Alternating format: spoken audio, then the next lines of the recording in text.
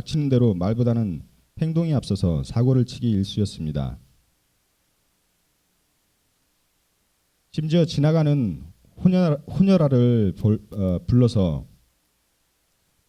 피우고 있는 담배를 머리에 지져 끄는 등 이루 말할 수 없는 학창 시절 때였습니다. 만약 복싱을 하지 않았으면 고등학교도 졸업하지 못했을 것으로 생각합니다. 술로 인해서 수많은 실수들이 있었습니다. 심지어 나중에는 세상에서 가장 무서워하는 아버지에게까지 술버릇이 나왔습니다. 블랙아웃으로 기억은 나지 않지만 아버지에게까지 원망을 표현하며 아버지의 멱살을 잡는 등 아버지 회사의 차들을 벽돌로 유리창을 깨부수고 백미러를 모두 부수는 등 어릴 적 원망들을 아버지에게 표현을 하였습니다. 동네 양아치에서 조직 폭력배까지 가는 등 미친 망나니 같은 생활이 계속되었습니다. 술을 너무도 좋아했습니다. 이제와 생각해보니 지독히도 내성적인 성격이었습니다. 술을 먹으면 용기가 났습니다. 말도 많아지고 아버지와 똑같은 점을 느낍니다.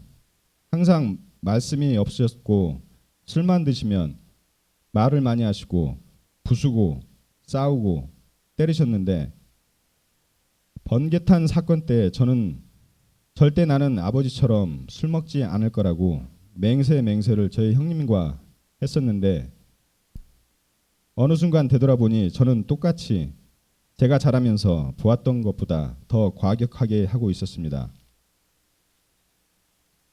21살 때 군대에 가게 되었습니다. 논산 훈련소에 입소해서 매일매일 피곤한 생활에도 꿈을 꾸게 되었는데 악몽이었습니다. 뭔가가 이상한 느낌에 집에 연락하게 되었고 아버지의 소식을 알게 되었습니다. 술로 인해서 위암 말기 중이었고 기적처럼 수술이 잘 되었다는 소식에 너무나 많은 후회를 하였습니다. 그 후로 저에게는 많은 변화가 있었습니다. 2, 3일에 한 번씩 아버지에게 편지를 보냈었고 나중에 글씨를 볼 수 없는 시기라기에 초소근무를 나가서 카세트 테이프에 녹음을 해서 지난날을 후회하는 내용과 함께 아버지에게 보내드렸습니다. 자대에 온 지 2개월 만에 쫄병이 들어왔는데 몇 대 주에 박았다고 탈영을 하는 바람에 군대 영창에 들어가게 되었습니다.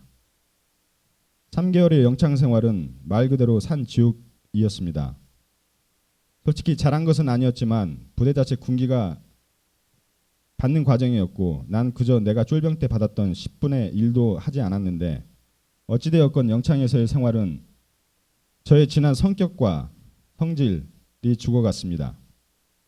내 마음대로 세상은 되지 않는다는 것을 주먹보다는 법이 무섭다는 것을 그때서야 깨닫게 되었습니다.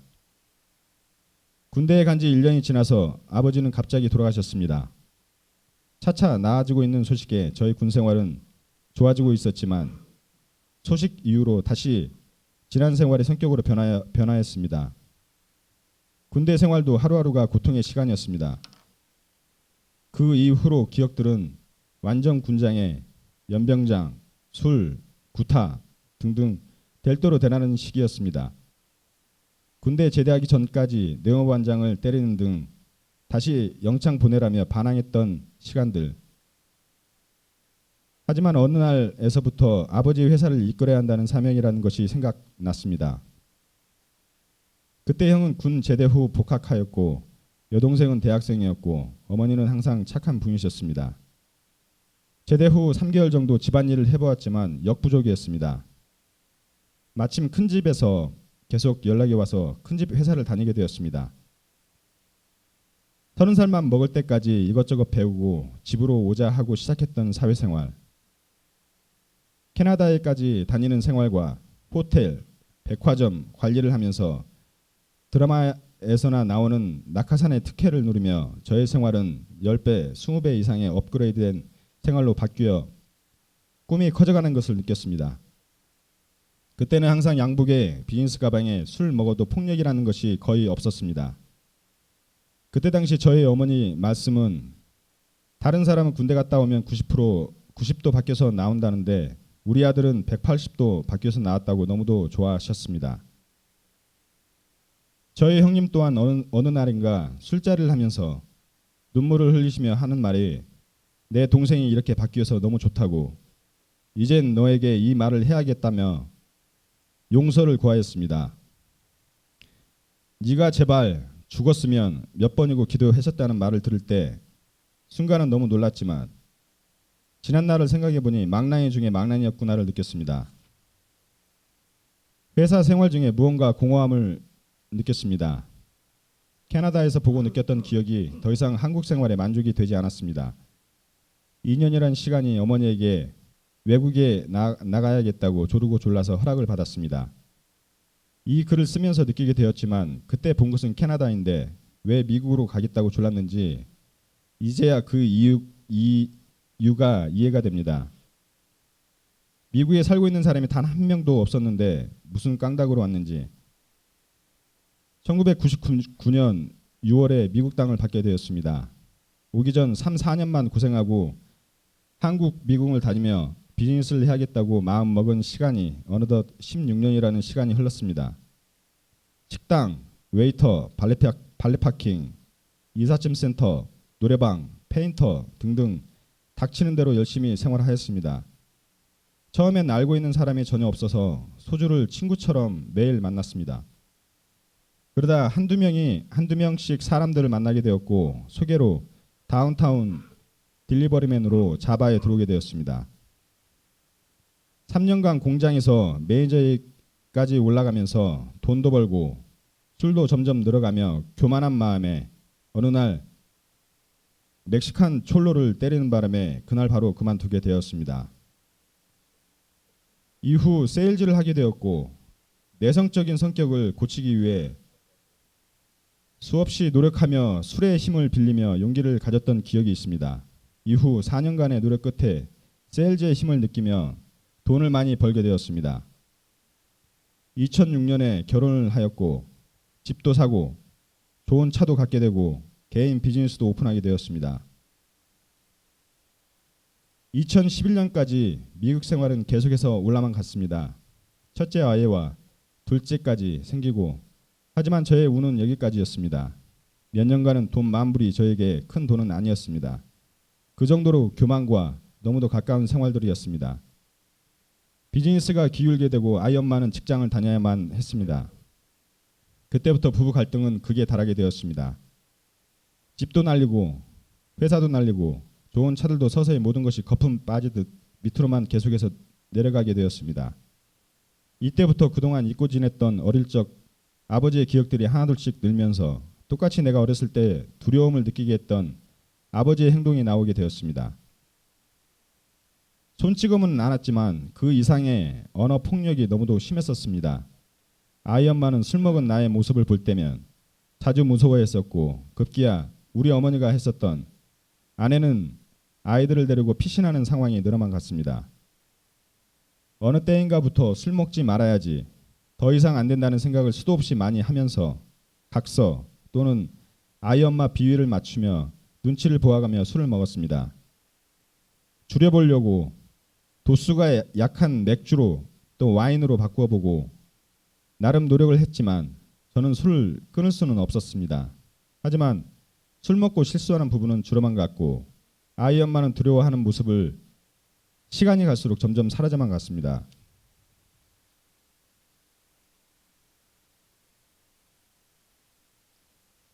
운이 좋게도 직장에 들어간 곳에 인정을 받게 되고 파트너십에 회사 오너에 다시 오르게 되었습니다. 그 이후로 술을 많이 먹으면 집을 자주 들어가지 않게 되고 부부싸움을 하면 회사에서 잠을 자는 횟수가 늘어만 갔습니다. 2013년에는 막내 아들 돌 때에도 집에 들어가지 않고 그날만 참석해서 생일만 치러주는 등 집에 들어가는 것이 너무도 싫었습니다. 잦은 부부싸움으로 인해서 피신했던 것이 화근이 되어서 어느 날인가 이상한 느낌이 들었습니다. 싸움 후 짐을 싸서 집에서 완전히 나오게 되었습니다. 이후로 기도를 하고 기도원을 가게 되었습니다. 아내의 마음을 되돌리기엔 너무나 늦어버렸습니다. 그때 당시 나는 셋 아이들이 있는데 당신이 어쩔 거야 하는 시기였던 것이 믿었던 것에 발등 찍히는 꼴이 되어버렸습니다. 이때까지만 해도 술로 인해서 큰 피해를 주지 않았습니다.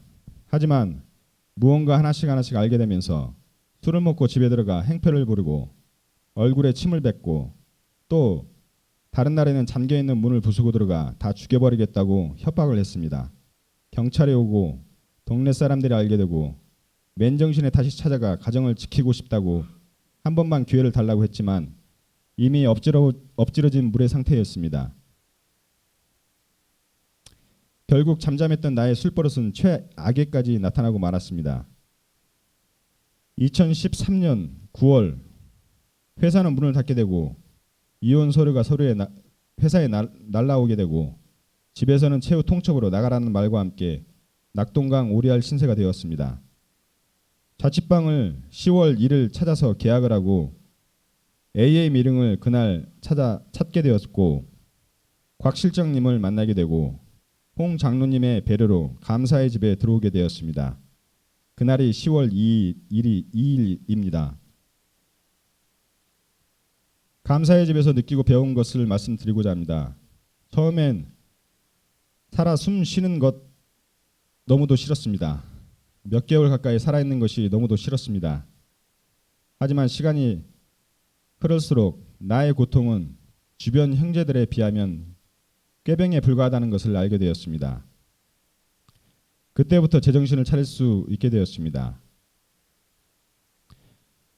드레스디아스를 올라가기 몇 개월간은 처절하게 기도를 그때 기억에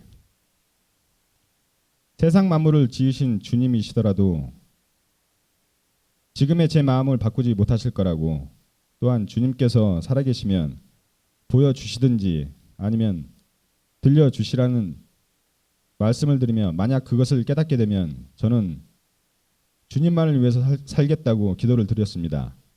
이후 4월 6일부터 4월 9일까지 드레스데아스를 올라가 있었고 정확히 4월 8일 주님의 음성을 받게 되었습니다.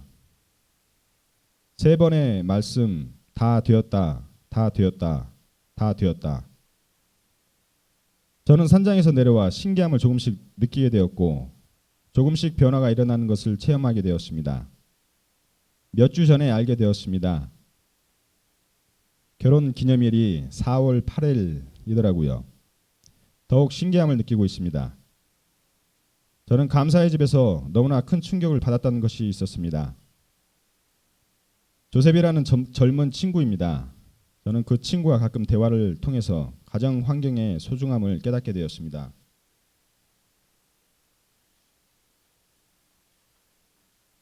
엄마 아빠의 싸움 속에서 아이는 너무나 크게 상처를 입고 자라나는 것을 알게 되었습니다.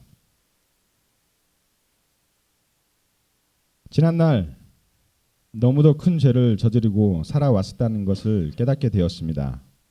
이미 상처를 받아버린 우리 아이들,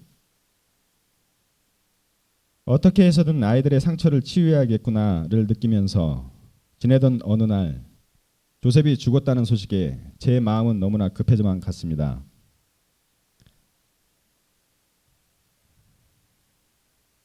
관 위에 누워있는 모습을 보았을 때 마음으로만 전했습니다. 왜 내가 거기 누워있냐? 정말로 누워 있어야 할 사람은 부모인데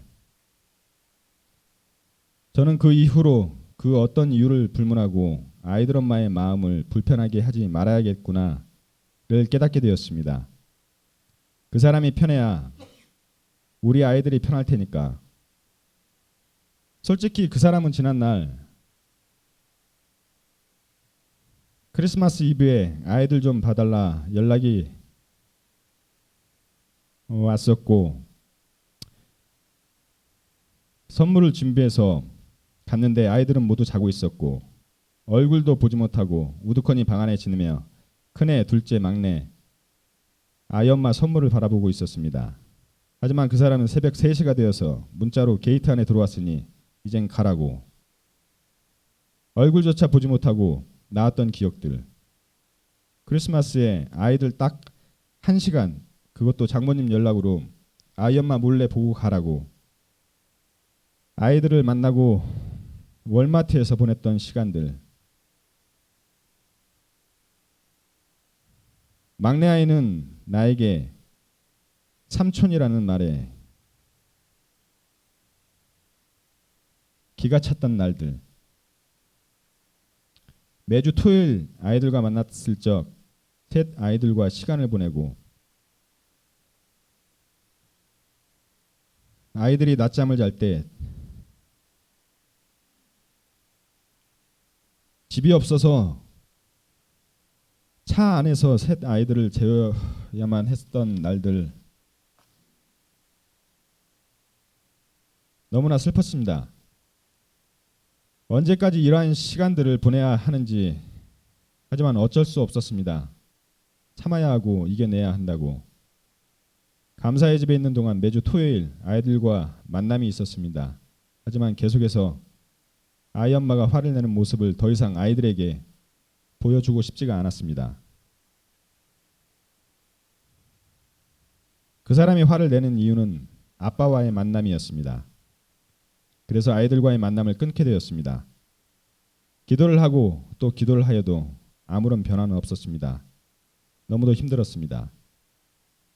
끊었었던 담배도 답답함에 다시 피우게 됐습니다. 6개월 후 아이들 엄마에게 연락이 왔습니다.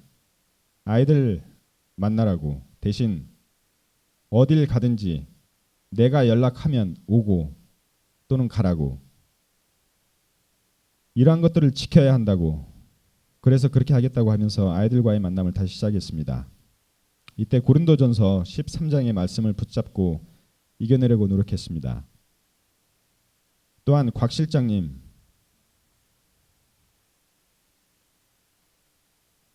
지금은 하나님 곁에 찬양하실 그분,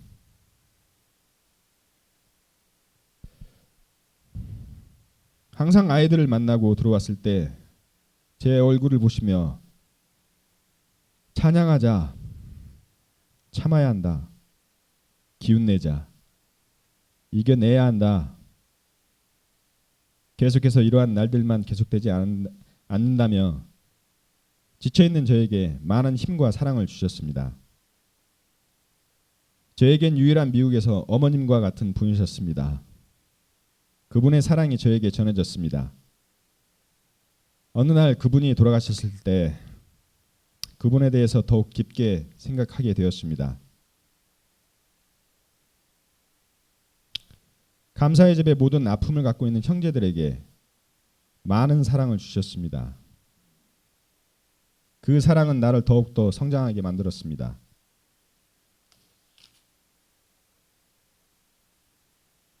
원망할 수밖에 없는 수없이 많은 날들이 더욱더 강하게 만들어 주었다는 것을 깨닫게 되었습니다. 더욱더 심한 고통이 있을 땐 더욱더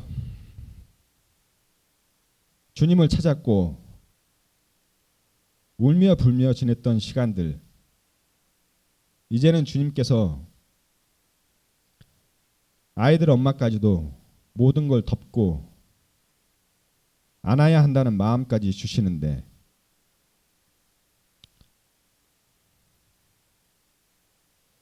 저는 주신 마음을 감사히 섬기고 받아들일 것입니다.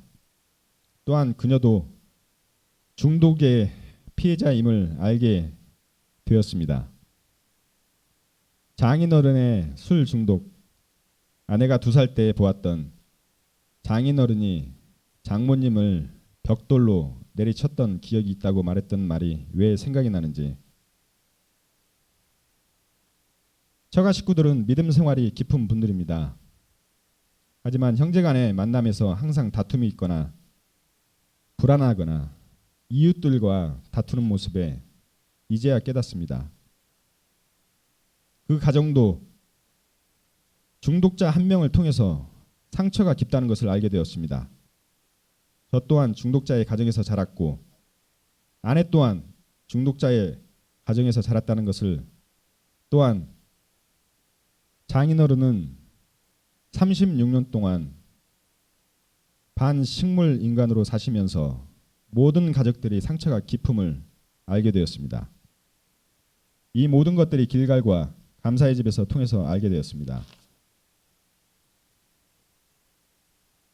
중독은 계속해서 후손에게 내림이 있음을 깨닫습니다. 저도 만약 이러한 시간이 없었다면 고스란히 우리 아이들에게 전해졌을 것입니다. 앞으로 10년 또는 20년 후에 우리 아이들에게 후유증으로 나올 것입니다. 그것을 깨닫게 되었다는 것이 얼마나 감사한지요. 이제라도 이러한 것을 깨닫게 되었다는 것이 저에게는 가장 큰 축복입니다. 더 깊은 삶을 볼 수 있게 한 것이 중독임을 알게 되었습니다. 저는 지난 시간 미국 AA와 한국 AA를 다니면서 느낀 점이 있습니다. 그것은 문화의 차이가 변화의 차이가 된다는 것을 느꼈습니다. 외국 미링에서는 현역, 변호사, 연예인, 의사 등등 세상에서 어느 정도 자리를 잡고 있는 사람들을 볼 수가 있습니다. 떳떳하게 나는 중독자 누구입니다 하며 서로 간 친구 관계를 이루며 지난 날이고 이제부터 또는 앞으로 나의 문제는 술이고 마약이고 갬블이니까 나는 이러한 것들의 유혹을 혼자서는 이길 수 없으니까 또는 벗어나야 하니까 매일이다시피 직장일 후 또는 순간 유혹이 있을 때 언제라도 미링을 찾아간다는 것을 알게 되었습니다. 하지만 한국 미링은 정반대임을 느낍니다. 물론 그렇지 않는 분도 있지만 아주 극소수에 불과합니다. 혹시라도 누가 알게 될까봐 그러한 곳은 돈을 주어서라도 가지 않으려 하는 것이 현재 우리의 실정입니다. 바뀌어야 합니다. 그냥 바뀌지는 않겠지만 어느 누군가는 이러한 것을 깨어야 합니다. 문화가 바뀔 때까지 언제까지 기다리겠습니까? 바로 이곳에 계시는 여러분, 우리 길갈 식구들, 감사의 집 형제들, 또한 중독으로 인해 피해를 보고 있는 가족 형제들, 우리가 시작해야 합니다. 중독자는 또 다른 중독자가 필요합니다. 그래야만 치유할 수 있습니다. 저는 창세기에 나오는 노아의 믿음이 우리에게 꼭 필요하다고 생각합니다. 바다와 수백 마일 떨어진 산 위에 배를 만들 수 있는 믿음, 용기를 가져야 합니다. 120년 동안 인내를 갖고 배를 만들 수 있는 끈기 또한 필요합니다. 이젠 더 이상 주변의 눈초리는 그만 의식해야 합니다. 세상은 너무도 타락해 가고 있습니다. 이곳에 계신 중독 여러분, 주위를 보십시오. 중독으로 병들어가는 이웃들, 가정들, 자녀들, 우리가 돌봐야 합니다. 모두가 주님의 자녀들입니다. 언제까지 내 것, 나만을 위해서 살아가려 하십니까? 솔직히 저는 요즘 분노를 자주 느낍니다. 이유는 도움을 주겠다는데 받지 않겠다고 합니다. 그런 것 없이도 나 혼자 할 수 있다고 합니다. 하지만 제가 보기에는 그대로 간다면 언젠가는 떨어질 수만 있을 텐데, 지난 마집사님의 소식이었습니다. 너무도 때 늦은 후회로 바꾸려고 노력하다가 끝내는 죽음으로 중독을 끝마친 그분.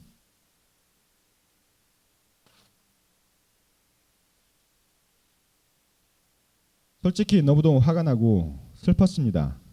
저 자신에게. 그분이 그런 선택을 했을 때 난 무엇을 했었나?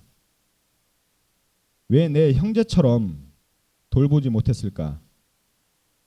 그동안 배우고 느낀 것을 머릿속에만 담아두었지 행동에 이르지 못했다는 게 너무도 후회가 되었습니다. 더 이상 이런 분들이 나오지 않도록 이젠 저에게 주시는 주님의 마음을 따르고 이룰 것입니다. 제가 하는 것이 아닌 주님께서 저를 통하여 일하실 수 있도록 준비할 것입니다. 저는 지난 2년 동안 소보를 하면서 붙잡았던 말씀이 너무나 힘이 되었습니다. 그 말씀을 전해드리면서 이 간증을 마치려 합니다. 고린도전서 13장의 사랑에 대한 그 말씀을 전하겠습니다. 사랑은 오래 참고, 사랑은 온유하며 시기하지 아니하며, 사랑은 자랑하지 아니하며 교만하지 아니하며 무례히 행하지 아니하며 자기의 유익을 구하지 아니하며 성내지 아니하며 악한 것을 생각하지 아니하며 불의를 기뻐하지 아니하며 진리와 함께 기뻐하고 모든 것을 참으며 모든 것을 믿으며 모든 것을 바라며 모든 것을 견디느니라. 사랑은 언제까지나 떨어지지 아니하되 예언도 패하고 방언도 그치고 지식도 패하리라. 이상입니다.